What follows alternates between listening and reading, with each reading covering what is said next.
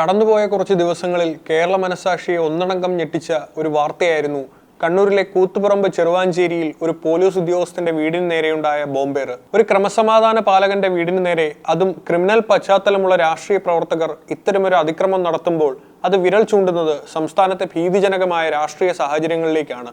രാഷ്ട്രീയ സംഘർഷങ്ങളുടെയും അക്രമങ്ങളുടെയും കറുത്ത ചരിത്രമുള്ള കണ്ണൂർ ജില്ലയിൽ വീണ്ടും ഒരു ബോംബ് രാഷ്ട്രീയം തലപൊക്കുന്നു. കൂത്തുപറമ്പ് ചെറുവാഞ്ചേരിയിൽ സ്പെഷ്യൽ ബ്രാഞ്ച് പോലീസ് ഉദ്യോഗസ്ഥന്റെ വീടിന് നേരെയുണ്ടായ ബോംബേറ് സംഭവമാണ് ഇപ്പോൾ വലിയ ചർച്ചയാകുന്നത്. ഒരു പോലീസ് ഉദ്യോഗസ്ഥന്റെ വീടിനെ ലക്ഷ്യം വെച്ചുകൊണ്ട് നടന്ന ഈ ആക്രമണം സുരക്ഷാ സേനയ്ക്ക് നേരെയുള്ള വെല്ലുവിളിയായിട്ടാണ് വിലയിരുത്തപ്പെടുന്നത്.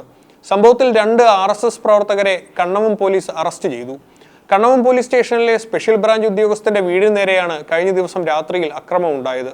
ബൈക്കിലെത്തിയ 2 അംഗ സംഘമാണ് വീടിന് നേരെ ബോംബെറിഞ്ഞത്. വലിയ ശബ്ദത്തോടെ എന്തോ വന്ന് വീഴുന്നത് കണ്ട് വീട്ടുകാർ പുറത്തിറങ്ങി നോക്കിയപ്പോഴാണ് സ്ഫോടക വസ്തുവാണെന്ന് തിരിച്ചറിഞ്ഞത്. ഭാഗ്യവശാൽ ബോംബ് പൊട്ടിത്തെറിച്ചില്ല. ഇത് വലിയൊരു ദുരന്തം ഒഴിവാക്കി. ബോംബ് പൊട്ടാതിരുന്നതിനാൽ വീട്ടുകാർക്കോ വീടിനോ നാശനഷ്ടങ്ങൾ സംഭവിച്ചില്ലെങ്കിലും പോലീസ് ഉദ്യോഗസ്ഥന്റെയും കുടുംബത്തിന്റെയും സുരക്ഷയെക്കുറിച്ച് ആശങ്കകൾ വർദ്ധിപ്പിക്കാൻ ഈ സംഭവം കാരണമായി. സംഭവം നടന്ന ഉടൻ തന്നെ പോലീസ് ഊർജിതമായി അന്വേഷണം ആരംഭിച്ചു. പ്രദേശത്തെ CCTV ദൃശ്യങ്ങളും മറ്റ് ശാസ്ത്രീയ തെളിവുകളും ശേഖരിച്ച പോലീസ് അക്രമികൾ സഞ്ചരിച്ച ബൈക്കിനെ കുറിച്ചുള്ള സൂചനകൾ ലഭിച്ചു. ഇതിന്റെ അടിസ്ഥാനത്തിൽ നടത്തിയ അന്വേഷണത്തിലാണ് പ്രതികളായ 2 RSS പ്രവർത്തകർ വലയിലായത്. അറസ്റ്റിലായവരിൽ പ്രധാനിയായ രാഹുൽ നേരത്തെയും ക്രിമിനൽ കേസുകളിൽ പ്രതിയാണ്. SDPI പ്രവർത്തകൻ സലാലുദ്ദീൻ കൊല്ലപ്പെട്ട കേസിൽ പ്രതിപ്പട്ടികയിലുള്ള ആളാണ് ഇയാൾ. ഒരു കൊലക്കേസ് പ്രതി വീണ്ടും ഇത്തരം ആക്രമണങ്ങളിൽ പങ്കാളിയാവുന്നത് അതീവ ഗൗരവത്തോടെയാണ് പോലീസ് കാണുന്നത്. കാക്കയങ്ങാട് മുഴുക്കുന്ന് സ്വദേശി P. ജിതിൻ രാഹുലിനൊപ്പം ആക്രമണത്തിൽ പങ്കാളിയായ ആളാണ്. ഇരുവരും RSS പ്രവർത്തകരാണെന്ന് പോലീസ് സ്ഥിരീകരിച്ചിട്ടുണ്ട്.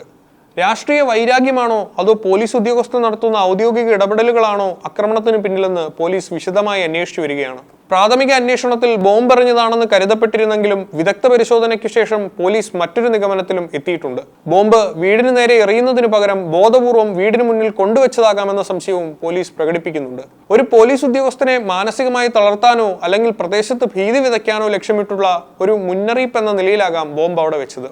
സലാലുദ്ദീൻ വധക്കേസിലെ പ്രതിയായ രാഹുലിന്റെ സാന്നിധ്യം സൂചിപ്പിക്കുന്നത് കൃത്യമായ പ്ലാനിങ്ങോടെ നടന്നൊരു അക്രമമാണ് ഇതെന്നാണ്. ഒരു പോലീസ് ഉദ്യോഗസ്ഥൻ പോലും സ്വന്തം വീട്ടിൽ സുരക്ഷിതനല്ല എന്ന സാഹചര്യം ജനാധിപത്യ സമൂഹത്തിന് വലിയൊരു ഭീഷണിയാണ്.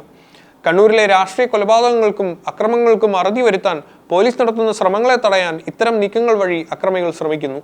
പ്രത്യേകിച്ചും സ്പെഷ്യൽ ബ്രാഞ്ച് ഉദ്യോഗസ്ഥർ രഹസ്യവിവരങ്ങൾ ശേഖരിക്കുന്നവരായതിനാൽ അവർക്കെതിരെയുള്ള നീക്കങ്ങൾ ക്രിമിനൽ സംഘങ്ങളുടെ പ്രവർത്തനങ്ങൾ സുഗമമാക്കാൻ ഉദ്ദേശിച്ചുകൊണ്ടുള്ളതാവാം. പ്രതികൾ RSS പ്രവർത്തകരാണെന്ന് വ്യക്തമായതോടെ സംഭവത്തിന് രാഷ്ട്രീയ പരിവേഷം കൈവന്നിരിക്കുകയാണ്. രാഷ്ട്രീയ കൊലക്കേസ് പ്രതികൾ ജാമ്യത്തിലിറങ്ങി വീണ്ടും ക്രിമിനൽ പ്രവർത്തനങ്ങളിൽ ഏർപ്പെടുന്നത് തടയാൻ കർശന നിയമ നടപടികൾ വേണമെന്നുള്ള ആവശ്യം ഉയരുന്നുണ്ട്.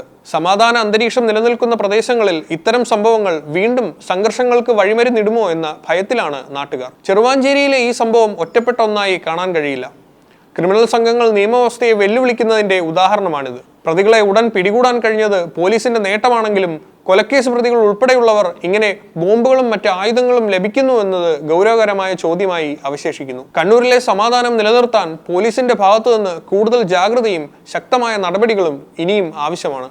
കുറ്റവാളികൾക്ക് രാഷ്ട്രീയ സംരക്ഷണം ലഭിക്കുന്നത് ഇത്തരം ആക്രമണങ്ങൾ ആവർത്തിക്കാൻ കാരണമാകുന്നു.